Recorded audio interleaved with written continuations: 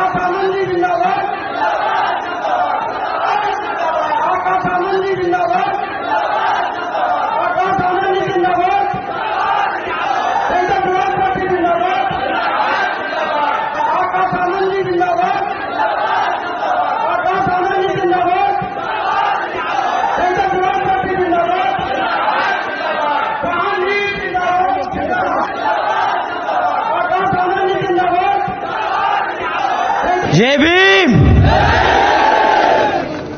दोबारा जय भीम बोलने की जरूरत नहीं पड़ेगी, आप में इतना जोश है। तो सबसे पहले एक बार जोरदार तालियां हमारी माताओं बहनों के लिए।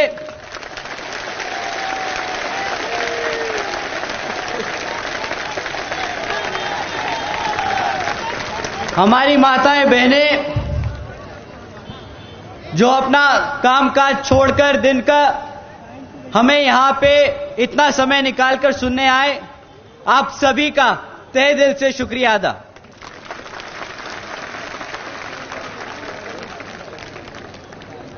एक बार जोरदार तालियां हमारे सभी बड़े बुजुर्गों के लिए।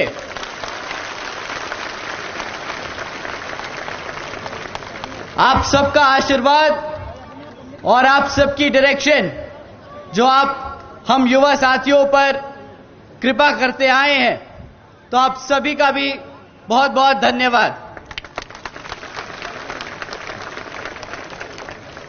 एक बार जोरदार तालियां हमारे सभी युवा साथियों के लिए।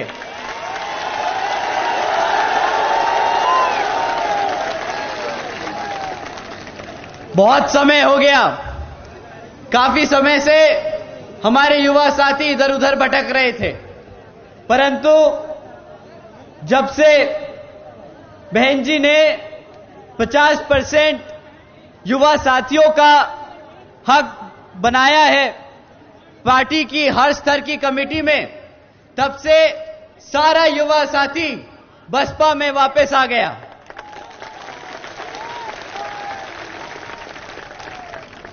एक बार जोरदार तालियां हमारे गायकों के लिए। आप इतनी देर से हमारी पूरी जनता को मनोरंजन करते आए, तो आप सभी का तहे दिल से शुक्रिया अदा।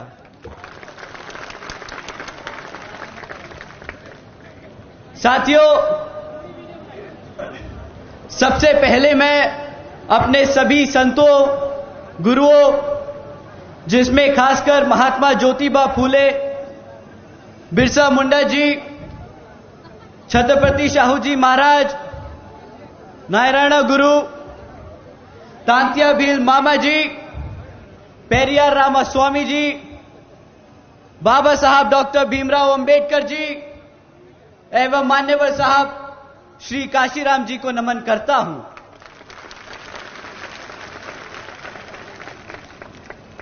मान्यवर साहब श्री काशीराम जी की एकमात्र उत्तराधिकारी हमारी आदरणीय बहन कुमारी मायावती जी को भी नमन करता हूं।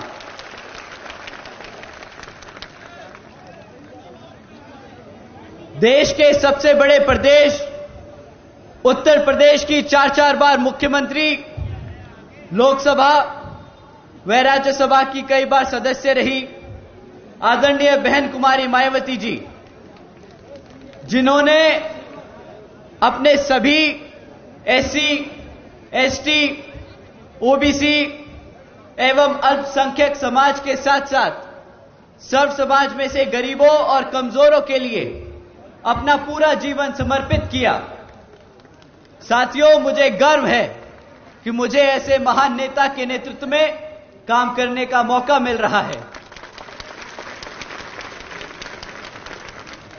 मैं आदरणीय बहन कुमारी मायावती जी का हार्दिक अभिनंदन और आभार व्यक्त करता हूं। साथ ही साथ आज यहां मंच पर मौजूद हमारे सभी बड़े छोटे पदाधिकारी और सभी कार्यकर्तागण का भी मैं तहे दिल से धन्यवाद करता हूं कि आप सब ने इतनी मेहनत से इस प्रोग्राम को सफल बनाने में अपना पूरा मन, तन और धन लगा दिया।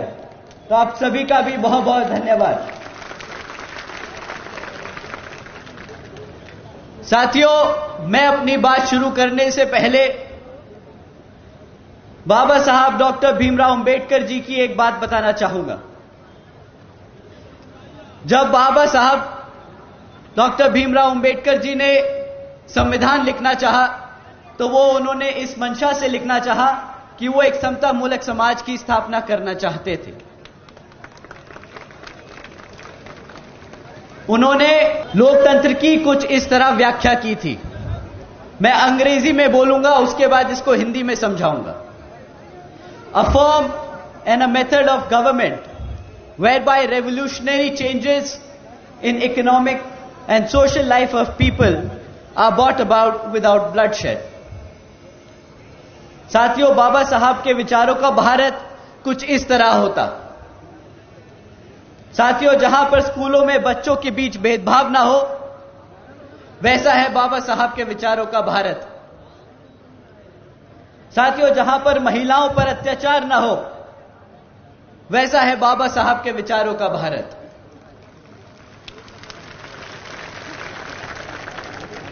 साथियों, जहां हर जाति और हर धर्म को बराबर का सम्मान मिले, ऐसा है बाबा साहब के विचारों का भारत।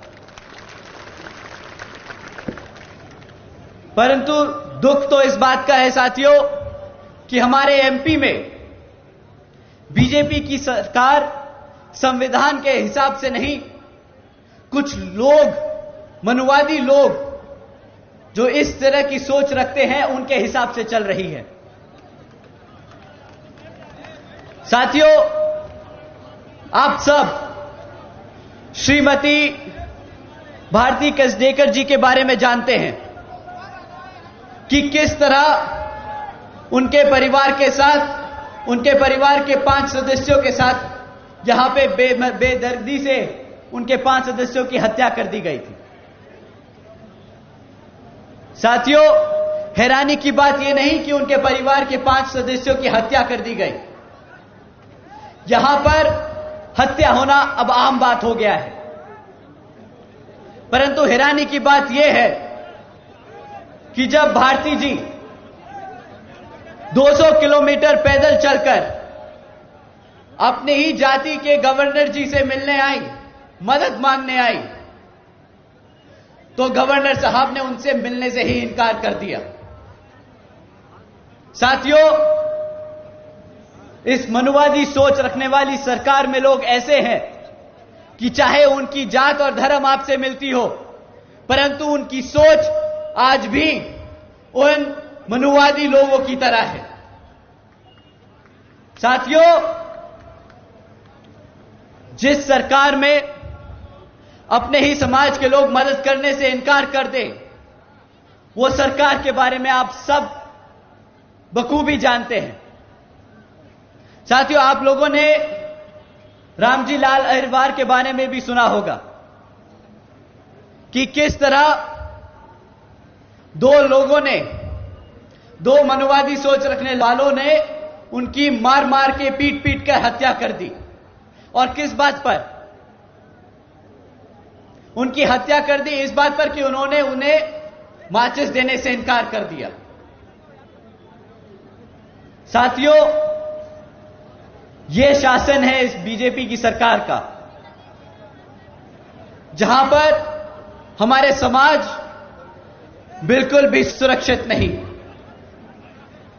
अभी 8-10 दिन पहले की बात है, आप सबने सुना होगा कि किस तरह एक 15 साल की बच्ची का बलात्कार कर उसे उज्जैन की सड़कों पर फेंक दिया मरने के लिए।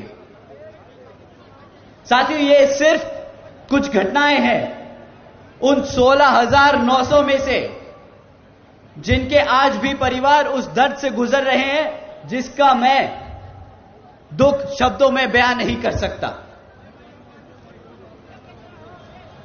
साथियों,